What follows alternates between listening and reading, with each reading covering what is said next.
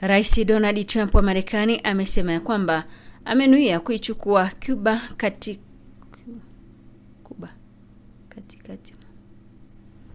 Rais Donald Trump wa Marekani amesema ya kwamba amenuia kuichukua Cuba katikati ya mzozo wa nishati ulioikumba kisiwa hicho uliosababishwa na vikwazo vikali vya mafuta ilivyowekewa. Rais Donald Trump wa Marekani amesema ya kwamba amelenga kuichukua Rais Donald Trump wa Marekani amesema ya kwamba amenuia kuichukua Cuba katikati ya mzozo wa nishati ulioikumba kisiwa hicho uliosababishwa na vikwazo vikali vya mafuta vilivyowekewa na Washington.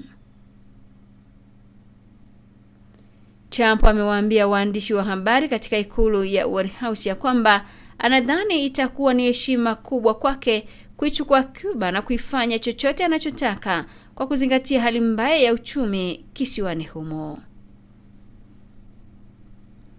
Baada ya kama miongo 7 ya kuipinga Marekani, viongozi wa Havana sasa wanakabiliwa na shinikizo kubwa kutoka kwa serikali ya Trump inaonyesha dhamira ya kuandika historia. Cuba yenye karibu watu milioni 900.6 haina umeme, tatizo ambalo kulingana na shirika la umeme la kitaifa limesababishwa na kuzimwa kwa gridi ya taifa, ingawa tatizo hilo linashughulikiwa.